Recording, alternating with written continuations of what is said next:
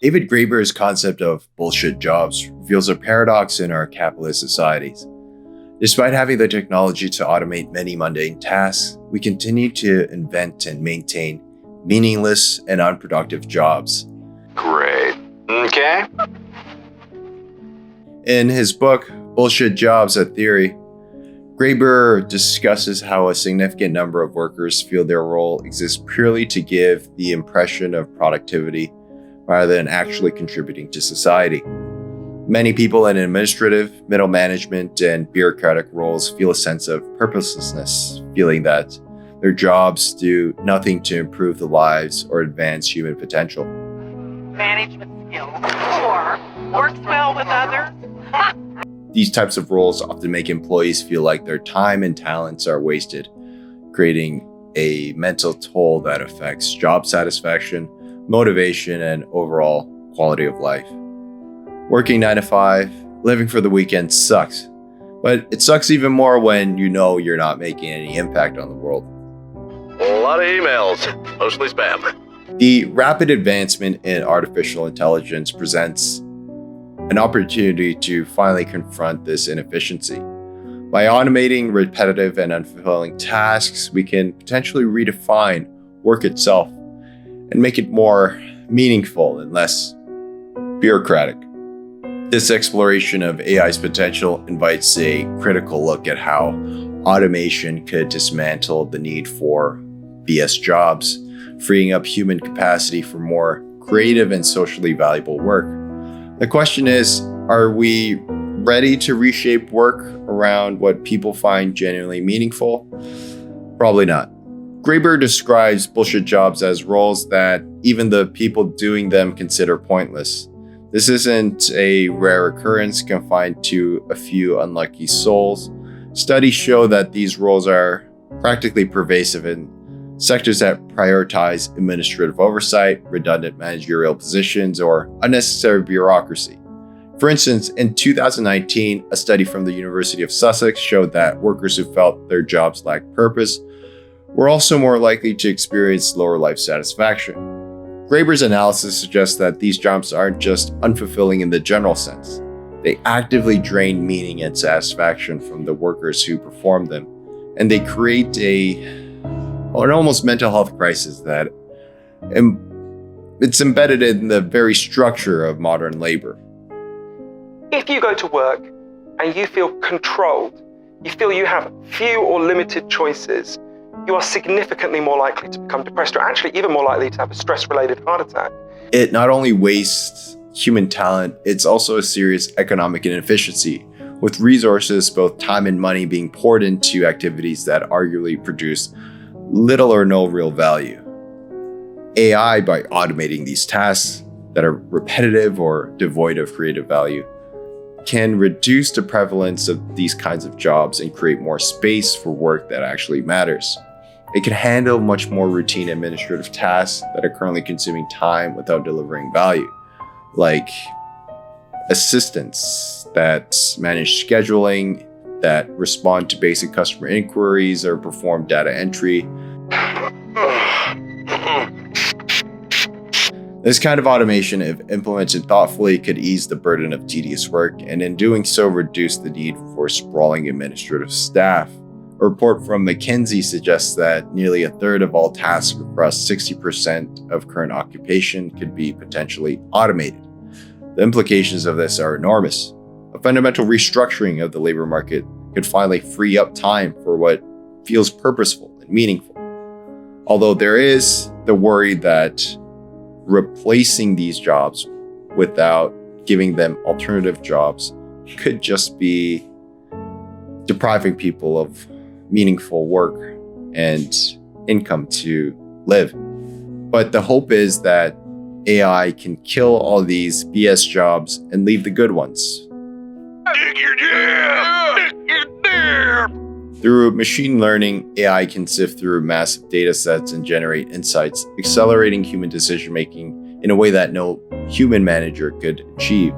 This ability to swiftly process information and suggest process improvements cuts through the inefficiencies of bureaucratic oversight and it could make organizational structures leaner and more effective. Rather than retaining layers of managerial roles, middle management for just monitoring and coordinating, companies could leverage AIs to manage these tasks autonomously and allow employees to dedicate themselves to roles where human intuition, creativity, and judgment are essential. AI can also create opportunities to relieve the mundane tasks for employees and give more time for human-specific skills like strategic thinking, emotional intelligence, and creativity. This shift requires a reevaluation of the fundamental skills of the workforce. As AI takes over routine work, the remaining roles are likely to demand skills that AI cannot easily replicate. Things like critical thinking, complex problem solving, or interpersonal abilities. Rather than threatening employment, AI could actually serve as a catalyst for cultivating human talent and fostering a workplace culture that actually values depth over pretending to look busy when your boss isn't looking. Yet, this potential transformation isn't without challenges. One of the most pressing concerns is the risk of job displacement. As AI steps into a role that once required human labor, some individuals will inevitably find themselves displaced. The World Economic Forum estimates that by 2025, the automation may replace up to 85 million jobs worldwide. While AI in theory could offer an opportunity to transition to a more fulfilling job market, the reality is that millions will be left without a clear path unless the government and organizations provide substantial retraining initiatives. Preparing workers for evolving job markets requires a new commitment to education. There's no reason why any business should be run in this top-down, depressogenic, humiliating way, right? And I think this new education needs to focus on fostering skills where humans continue to hold an edge over AI. Alongside the economic risks are serious ethical considerations. For instance, AI has been shown to perpetuate the same biases that exist within the data it's trained on, which means that the automated decision-making processes risk reinforcing inequities unless carefully managed. For instance, in HR. Additionally, AI in the workplace raises questions about privacy, especially when used to monitor employee productivity. Technologies could easily cross into surveillance territory and further undermine employee satisfaction and create a sense of distrust. I did not murder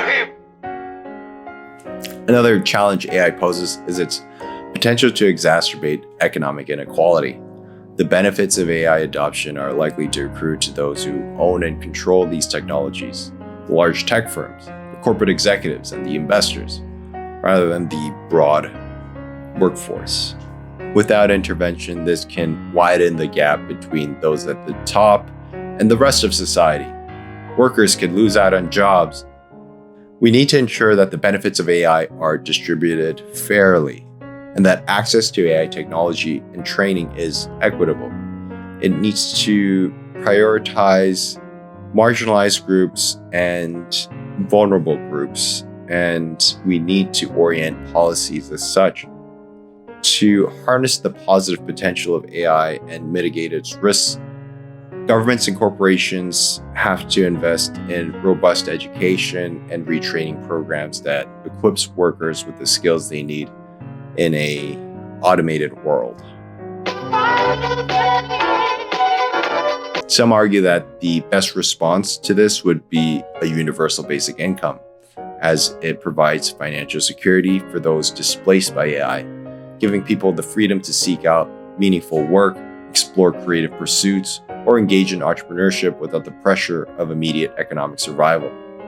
AI's impact on society may depend on society's ability to redefine what it values in a job. Now these people from the future are showing up and offering to do the same work for next to nothing. Historically, we've associated the worth of a job with its economic output, often neglecting roles that contribute to well-being, community, or personal fulfillment. An AI revolution can give us an opportunity to reimagine work in a way that recognizes the importance of unpaid roles like caregiving and volunteer work, as well as creative pursuits that enrich culture and foster connection.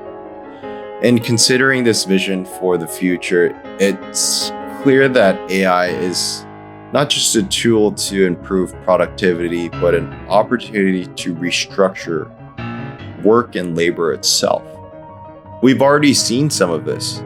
There's flexible work arrangements, global collaboration, and there's new industries and job categories. And this could grow to something we couldn't imagine before.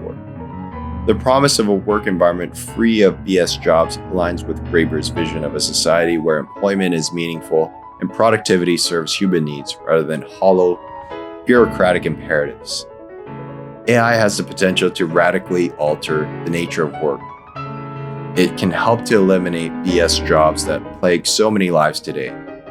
This transition, however, requires careful planning, ethical frameworks, and proactive policies to manage the inevitable disruption. So we might not need to fear AI because it could bring us to a world where work is not only productive, but also genuinely fulfilling and purposeful. Except some jobs will forever lack purpose.